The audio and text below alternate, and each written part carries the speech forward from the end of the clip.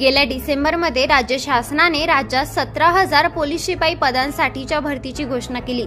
त्यानुसार अर्ज मागविण्यात आले असता नाशिक शहर पोलीस आयुक्तालयाकडे 15,000 तर नाशिक ग्रामीणकडे 9,000 असा एकूण 24,000 उमेदवारांनी अर्ज केले आहेत। आचारसंहितेमुळे भरतीची पुढील प्रक्रिया थांबवण्यात आली असली तरीही जून अखेर भरतीची पुढील प्रक्रिया सुरू होण्याची शक्यता आहे। राज्य शासनाने राज्यभरात 17,471 जागांसाठी पोलीस शिपाई भरतीची घोषणा केली। त्याचप्रमाणे मार्चमध्ये भरतीसाठी उमेदवारी अर्ज प्रक्रियेला प्रारंभही करण्यात आला।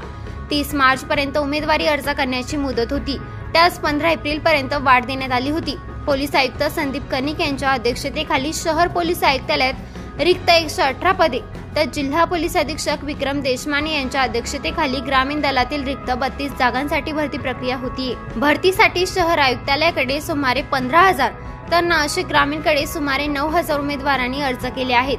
तर राज्यातील 17,471 रिक्त जागांसाठी राज्यभरातून 17 लाख अर्ज आल्याचे सूत्रांनी सांगितले।